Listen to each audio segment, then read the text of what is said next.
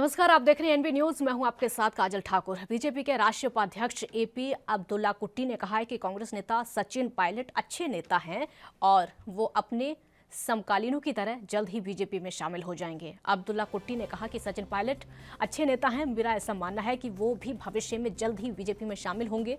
उन्होंने जयपुर में बीजेपी अल्पसंख्यक मोर्चा की प्रदेश कार्य समिति की बैठक में शामिल होने आए थे। और आपको ये भी बता दें कि सचिन पायलट के बीजेपी में शामिल होने की अटकलें तब भी लगी थी जब 1 साल पहले उनके नेतृत्व में कुछ विधायकों ने राजस्थान के मुख्यमंत्री अशोक गहलोत के नेतृत्व के खिलाफ बगावती सुर अपना लिए थे और ज्यादा तेज कर दिए थे। हालांकि पायलट ने इस तरह की किसी भी संभावना को खुद सिरे से खारिज किया है। इस साल जून में बीजेपी नेता रीता बहुगुणा जोशी ने कहा था कि उन्होंने कथित तौर पर नाराज चल रहे कांग्रेस नेता से बीजेपी में शामिल होने को लेकर बात भी की है। इस पर तंज कसते हुए पायलट ने कहा था कि हो सकता है कि बीजेपी के नेता ने सचिन तेंदुलकर से बात की हो और बहुगुणा में उनसे बात करने की हिम्मत नहीं है। वहीं अब्दुल्ला कुट्टी ने कहा है कि ये झूठ है, बीजेपी मुसलमानों के खिलाफ है। उन्होंने ये भी कहा कि ये झूठ है कि बीजेपी मुसलमानों के खिलाफ है। हमारे आदरणीय आरएसएस प्रमुख मोहन भागवत स्पष्ट रूप से कह चुके हैं कि मुस्लिम और हिंदू एक हैं और उनका डीएनए भी एक ही है। वहीं कांग्रेस नेताओं ने अब्दुल्ला कुट्टी के बयान की आलोचना की है। प्रदेश कांग्रेस की अगर बात की जाए तो कमेटी अल्पसंख्यक विभाग के पूर्व अध्यक्ष आबिद कागजी ने अब्दुल्ला कुट्टी के बयान को गुमराह करने वाला करार दिया है।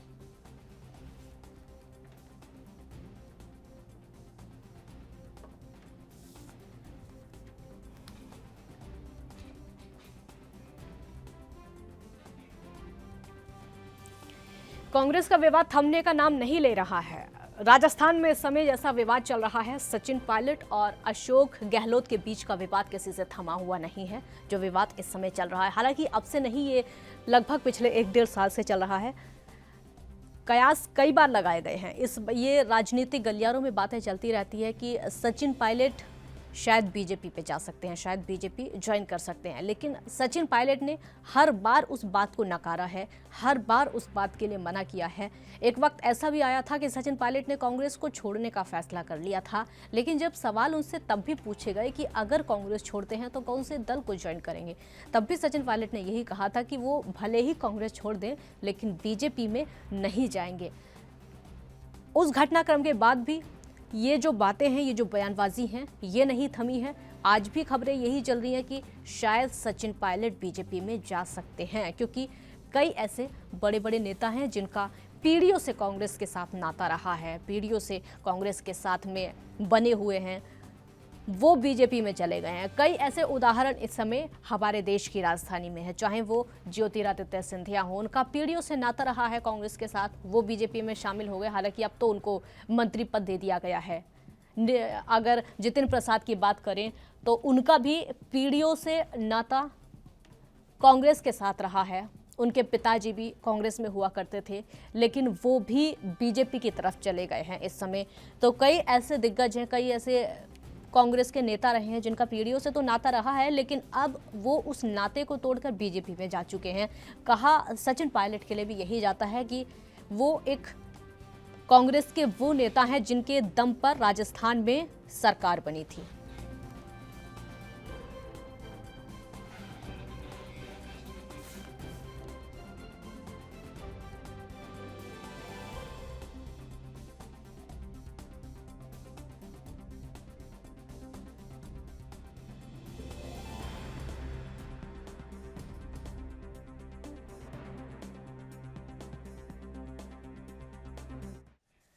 इस मुद्दे पर चर्चा करने के लिए 2 खास मेहमान इस समय हमारे साथ जुड़े हुए हैं। अरविंद विद्रोही वरिष्ठ पत्रकार हैं, बहुत स्वागत है आपका। संदीप चौधरी राजनीतिक विश्लेषक हैं, आपका भी बहुत बहुत स्वागत है। अरविंद जी, शुरुआत आपसे ही करते हुए, ये जो विवाद है राजस्थान का, वो थमने का नाम नहीं ले रहा है। कई बार पहले भी ऐसा हो चुका है, खबरें चली है कि सचिन पायलट शायद बीजेपी में जा सकते हैं। हालांकि सचिन पायलट ने हर बार इस बात को नकारा है, लेकिन ये खबरें खत्म नहीं हो रही हैं। आपका रिएक्शन? पार्टी के अंदरूनी विवाद की जगह इसको एक राजनीतिक प्रक्रिया के रूप से हम देखने के आज बीच चुनाव आता है तो विभिन्न राजनीतिक से एक दूसरे तरफ लोग जाते हैं, लेकिन सचिन पायलट हुए या सिंधिया प्रसाद हुए या तमाम और कांग्रेस के बड़े नेता हैं, उनका भारतीय जनता पार्टी में जाना या अपनी पार्टी में कांग्रेस में विरोध करने का मामला थोड़ा सा अलग है। ये तमाम नेता जो जा चुके हैं या अभी सचिन पायलट का भी लगाया जा सकता है कि ये कांग्रेस छोड़ सकते हैं, भाजपा में जाते हैं या अलग संगठन बनाते हैं, ये अलग विषय है। लेकिन ये कांग्रेस से जा इसलिए रहे हैं क्योंकि ये इनकी जो राजनीति थी या इनका जो परफॉर्मेंस था, कांग्रेस में भी इनका जो महत्व था, वो कहीं ना कहीं पिछले कई वर्षों से कम होते होते बिल्कुल इनको की राजनीति में नेपथ्य में कर दिया गया। तो जो भी थोड़ा सा सामर्थ्यवान नेता होता है, जिसके अंदर विचार होते हैं, जिसको ये महसूस होता है कि उसने अपने संगठन की सेवा किया है, चाहे कांग्रेस हो चाहे बीजेपी में भी तमाम नेता नाराज होकर के अन्य दलों में गए, लेकिन वो अपनी उपयोगिता नहीं साबित कर पाए। जबकि भारतीय जनता पार्टी पिछले 2 चुनाव से, लोकसभा चुनाव से कांग्रेस सहित और भी बड़े दल, उत्तर प्रदेश की बात करें तो समाजवादी पार्टी और बड़े बड़े नेताओं को जिनका जनपद में अपना विशेष महत्व था, उनको उन्होंने कांग्रेस में ज्वाइन कराया, टिकट भी दिया या महत्वपूर्ण, और उनकी राजनीतिक पकड़ और उनकी सेवाओं का, उनकी समझ का भरपूर भारतीय जनता पार्टी ने किया। तो ये कांग्रेस के नेतृत्व को सोचना होगा कि सचिन पायलट को कांग्रेस न छोड़े। सचिन पायलट इसके लिए वो क्या काम करे, और जो भी क्षमता है सचिन पायलट की, उसको अगर उन्होंने संगठन के लिए दिया है तो सरकार में भी उनको महत्व मिलना चाहिए। आजकल राजनीति जो है केवल समाज सेवा का मामला ना होकर के सत्ता में भागीदारी का भी मामला, और इसको सारे राजनीतिक दल खुल के करने लगे हैं। तो सचिन पायलट, तमाम कांग्रेस के नेता जो असंतुष्ट है, उनकी संगठन या जनता है उसमें स्पष्ट नियोजित भागीदारी कांग्रेस को देनी पड़ेगी। नहीं तो ये कांग्रेस में भारतीय जनता पार्टी की तरफ जाने का जो रास्ता है, इस पर अभी भगदड़ और तेज होगी। सचिन पायलट ही नहीं जाएंगे, फिर उनके समर्थक भी जाएंगे, फिर उनके कारण और लोग भी जाएंगे। अभी सिंधिया के ही जाने से उत्तर प्रदेश में बड़ा प्रभाव पड़ा। जीती प्रसाद तो गए ही हैं, और लोग भी जाएंगे। तो पहले ये भगदड़ रोके, जबकि राहुल गांधी कह रहे हैं कि जिसको जाना हो जाए। तो राजनीति में अहंकार और मिथ्या वचन नहीं चलता है। कांग्रेस नेतृत्व को सोचना चाहिए कि कैसे अपने लोगों को जो पीढ़ियों से कांग्रेस में, उनको अपने साथ जोड़े रखे। ये बड़ी चुनौती कांग्रेस के सामने है। जी बिल्कुल। संदीप जी, आपका राजनीतिक गणित क्या कहता है? ये नेताओं का असंतुष्ट ना होना, बार बार कांग्रेस नेतृत्व पे सवाल उठना, जिन नेताओं का पीढ़ियों से नाता कांग्रेस के साथ रहा है, उनका छोड़कर बीजेपी में जाना, कहीं ना कहीं तो दिक्कत है। देखिए मैडम, मैं आपको बता दूं, राजनीति में आना जाना रहता है। जिन लोगों का पीढ़ियों से संबंध रहता है वो भी पार्टियों को छोड़ते हैं। अगर मैं कांग्रेस की बात करूं तो कई ऐसे नेता रहे जो आजादी के टाइम से कांग्रेस के साथ थे, कांग्रेस के साथ थे, या कई ऐसे नेता भी रहे जिन्होंने कांग्रेस छोड़कर अपनी बड़ी पार्टियां बना ली और वो सरकारें चलाते हैं आज की तारीख में। लेकिन ये चीजें केवल संदीप जी, आपकी बात पूरी करेंगे, ब्रेक के लिए यहाँ पर रुकना होगा, छोटा सा ब्रेक यहाँ पर लेते हैं, जल्द हाजिर होंगे।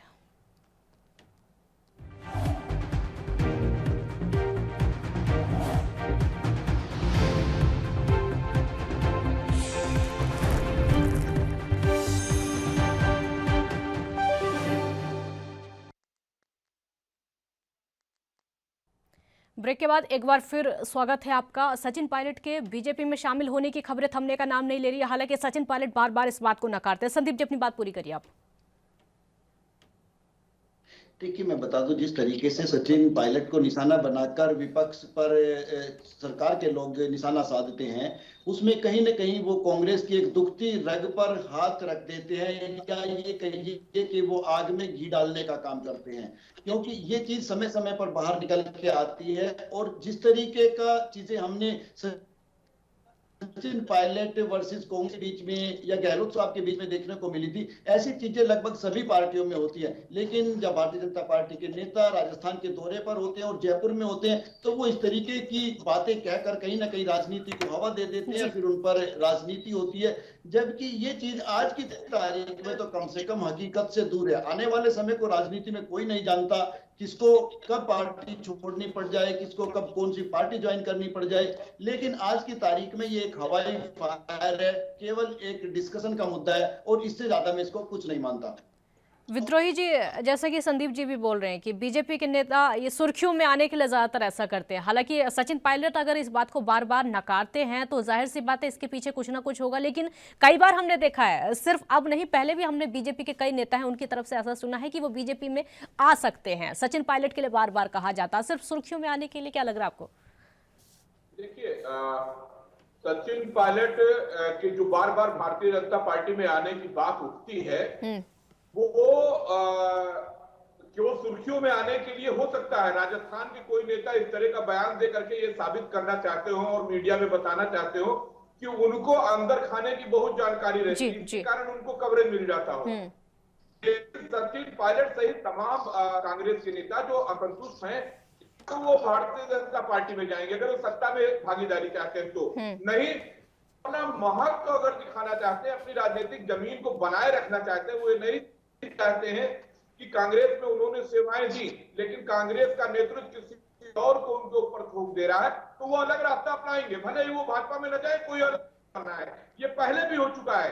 महाराष्ट्र में एनसीपी इसीलिए बनी, बंगाल में, पश्चिम बंगाल में ममता बनर्जी इसीलिए कांग्रेस में अलग हुई, उसके पहले भी तमाम लोग कांग्रेस से अलग हुए, उत्तर प्रदेश में भी, और बड़े नाम एनडी तिवारी भी अलग हुए थे। हाँ। कांग्रेस में ये परंपरा है, और कांग्रेस में ही नहीं, भारतीय जनता पार्टी में भी तमाम नेता जब अपने संगठन में किसी कारण से असंतुष्ट होते हैं, चाहे संगठन पद न मिलने से, चाहे सत्ता में महत्व न मिलने से, तो अलग होते हैं। जो है स्थिर नहीं रहती। राजनीति एक निरंतर प्रक्रिया है, एक दिन का खेल या मनोरंजन नहीं है, ये लगातार प्रक्रिया है। लोग अगर अपना महत्व नहीं दिखाएंगे तो उनको जो है महत्व नहीं मिलेगा। इस एक तो समर्पण का भाव होता है। अब जिन्होंने पीढ़ियों ने संगठन की सेवा किया, उनको अगर उनके अगर बच्चों को आभास हो जाए कि हमको हमारी जो है पीढ़ियों की पार्टी में महत्व नहीं मिल रहा है, तो अपने राजनीतिक बचाव के लिए, अपने राजनीतिक महत्व के लिए, पद की प्राप्ति के लिए मैं स्पष्ट कह रहा हूँ, इतने लोग बहुत बड़ा काम करता है कि हमको पद भी मिले जिससे हमारा महत्व बढ़ा रहे, तो वो दूसरे दल में चले जाते हैं। ये बिल्कुल अब ये राजनीतिक स्वाभाविक प्रक्रिया है। हाँ। इसको नकारने की जगह इसको स्वीकारना बिल्कुल स्पष्ट होगा। जा सकते हैं सचिन पायलट, अगर कांग्रेस उनको महत्व नहीं देगी तो वो कांग्रेस छोड़ेंगे। अब वो भाजपा में जाते हैं या राजस्थान कांग्रेस पर आते हैं, क्योंकि भी हो चुका है, कांग्रेस से अलग होकर के लोगों ने कांग्रेस के ही नाम से संगठन बनाया और सरकारें बनाई है, एनसीपी भी बनी है, बंगाल में भी बनी है और उत्तर प्रदेश में भी बन चुकी है। जी संदीप जी, कांग्रेस नेतृत्व को लेकर आपसे मेरा सवाल होगा, क्योंकि हम देखते हैं कुछ दिग्गज नेता है ही कहा जाएगा उनको, गुलाम नबी आज़ाद समेत भूपेंद्र हुड्डा, कई ऐसे नेता हैं जो कि जम्मू कश्मीर जाते हैं। उससे पहले उन्हीं नेताओं का सोनिया गांधी को चिट्ठी लिखना, बार बार नेतृत्व पर सवाल उठना, कमी तो है, थोड़ी बहुत तो कमी है जो बार बार सवाल उठते हैं। क्योंकि जब मीटिंग भी होती है तो कहा यह भी जाता है कि कुछ नेता सोनिया गांधी के करीबी होते हैं, कुछ नेता राहुल गांधी के करीबी होते हैं और कुछ प्रियंका गांधी वाड्रा के करीबी होते हैं। देखिए, मैं आपको एक चीज क्लियर कर दूं, राजनीति में एक सीढ़ी होती है और हर कोई एक किसी न किसी के करीब होता है। आप मंडल की राजनीति करेंगे तो मंडल के लोग जिले के लोगों के नजदीक होते हैं, जिले के लोग जो प्रदेश के लोगों के नजदीक होते हैं, प्रदेश के लोग राष्ट्रीय नेतृत्व के नजदीक होते हैं। और राष्ट्रीय नेतृत्व अगर आपस में नजदीक है, इसका मतलब उनकी बॉन्डिंग अच्छी है। और कोई भी पार्टी बिना बॉन्डिंग के नहीं चलती है, सब एक दूसरे के साथ जुड़े रहते हैं। कांग्रेस की चीजें बाहर आ जाती मीडिया के माध्यम से, इसलिए ऐसा लगता है। और जहां तक बात रही चिट्ठी लिखने की, इसको मैं दो एंगल से देखता हूं। अगर आप अपने टॉप ले चिट्ठी लिखते हो, इसका मतलब आपके पास आजादी है अपनी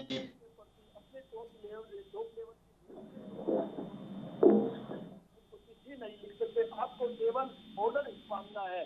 जिस तरीके से एक प्राइवेट लिमिटेड कंपनी होती है, उसमें एक एमडी आदेश देता है, वही फॉलो करना है। तो मैं मानता हूँ वो चिट्ठी लिखने वाली पार्टी ज्यादा बेटर हो सकती है एक तानाशाह के मुकाबले।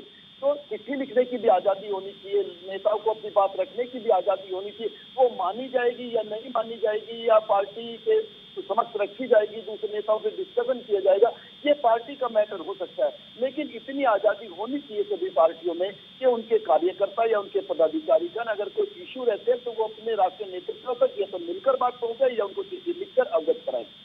ठीक है, ब्रेक के लिए यहाँ पर रुकना होगा, जल्द हाजिर होंगे। छोटा सा ब्रेक यहाँ पर लेते हैं।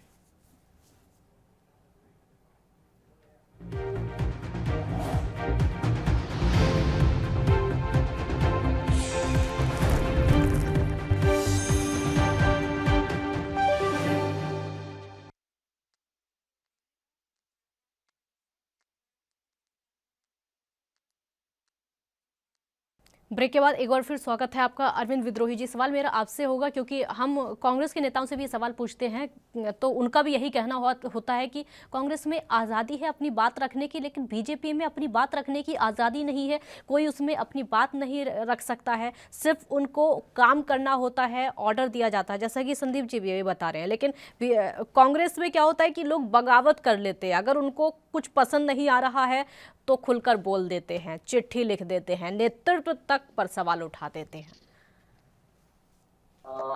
देखिए, ऐसा मेरा ऐसा मानना नहीं है। भारतीय जनता पार्टी में भी तमाम नेता लगातार पार्टी छोड़ रहे हैं। यशवंत सिन्हा ने भी पार्टी छोड़ी, अरुण शहरी भी नाराज रहे, यशवंत सिन्हा भी अलग हुए, तमाम लोग। और भारतीय जनता पार्टी के पहले जनसंघ थी, उससे भी बलराम मधोग अलग हुए। उस समय सुब्रमण्यम स्वामी अलग होकर जनता पार्टी बनाए थे, और जनपद से लेकर के हर जगह नेता। भारतीय जनता पार्टी में भी असंतुष्ट खेमा होता है। जिम्मेदारी होती है संगठन के नेतृत्व की। जब सत्ता में रहे तो सत्ता में सबको भागीदारी दे और सरकार के कामों के प्रचार प्रसार को जनता के बीच करने में संगठन लगावे, और जब विपक्ष में रहे तो सरकार को घेरने की रणनीति बनावे, साझा रणनीति बनावे, और अपने समर्थक कार्यकर्ताओं को और नेताओं में एक ऊर्जा भरे और उनको विश्वास दिलाए कि आप जो है हमारे मेन मुख्य किरदार आप हैं। चाहे जैसे राष्ट्रीय नेतृत्व की बात हो, प्रदेश की बात हो, जिले की बात हो, तालुके की बात हो, गांव की बात हो, हर स्तर पर लीडरशिप होती है। कलेक्टिव लीडरशिप की स्थापना करना संगठन नेतृत्व का काम होता है। देखिए, अंतर भाजपा और कांग्रेस की बात हुई। भारतीय जनता पार्टी में कई लेयर पर मीटिंग होती रहती है, हमने आपने देखा है। लेकिन कांग्रेस में मीटिंग अगर कहीं चर्चा में आती है तो एक तो CWC, हाँ, या फिर आती है कि सोनिया जी से प्रतिनिधिमंडल मिला, राहुल गांधी से प्रतिनिधिमंडल मिला, या प्रियंका जी से प्रतिनिधिमंडल मिला। कहीं ये नहीं आपने सुना होगा कि प्रदेश कार्यकारिणी की मीटिंग हुई, जिला कार्यकारिणी की मीटिंग हुई और अमुक निर्णय हुआ। मतलब सारा निर्णय या तो नेहरू गांधी राजवंश लेगा और या कांग्रेस की जो सर्वोच्च है वो। जबकि भारतीय जनता पार्टी में नियमित बैठक हो, निश्चित रूप से सारा निर्णय भारतीय जनता पार्टी का नेतृत्व लेता है। हाँ। लेकिन जो समाज में और कार्यकर्ताओं में मैसेज जाता है वो भाजपा और कांग्रेस में यह है कि भाजपा अपने कार्यकर्ताओं को विपक्ष में संघर्ष में, और जब सत्ता में रहती है तो सत्ता के संघर्ष में, सत्ता का जो सुख है वो सबको मिले, सत्ता की अनुभूति सबको हो। जो सचिन पायलट का मामला है वो यही है। विपक्ष में रहते हुए सत्ता के प्राप्ति के लिए, जनता के हित के लिए सचिन पायलट ने संघर्ष किया, लेकिन जब सत्ता का संघर्ष लेने की बात आई तो उनको आभास होता है कि उनको किनारे कर दिया गया। तो ये जो उनकी मानसिक स्थिति है, मानसिक असंतुष्टि का भाव है, ये दूर करने की जिम्मेदारी कांग्रेस नेतृत्व की है। इसके लिए भारतीय जनता पार्टी या कोई पत्रकार, राजनीतिक विश्लेषक या मीडिया जिम्मेदार नहीं है। आपके पीढ़ियों से साथ रहे लोग नाराज हैं, ये आप समझिए। जो गुलाम नबी आजाद हुए, कपिल सिब्बल हुए, आज के नेता नहीं है, ये पुराने। अगर ये कोई सलाह देते हैं तो उसको मनन करिए, ये मत कहिए कि जिसको जाना हो चला जाए। सब लोग चले जाएंगे तो बचेगा क्या? जी ठीक है संदीप जी, एक चीज़ और है जो कि पब्लिक को भी कंफ्यूजन रहता है, उनको भी आप समझा दीजिए क्योंकि समझना बहुत ज़रूरी है। क्योंकि लोगों को लगता यह है कि बीजेपी में जो फैसले लिए जाते हैं वो प्रधानमंत्री मोदी और अमित शाह लेते हैं, इन्हीं की वजह से पार्टी चलती है, ऐसा पब्लिक को लगता है। लेकिन उसके बावजूद भी कई लेवल की मीटिंग होती है। क्या दिखता कुछ और है, होता कुछ और है?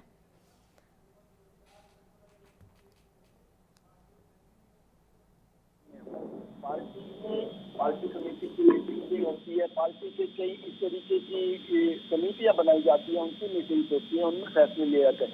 लेकिन आपको इसकी बहुत बड़ी और कड़वी सच्चाई बता दूं, किसी भी आप राजनीतिक दल की बात करें, अगर आप एक कांग्रेस की बात करेंगे तो टॉप लेवल पे पहले से फैसला हो चुका होता है।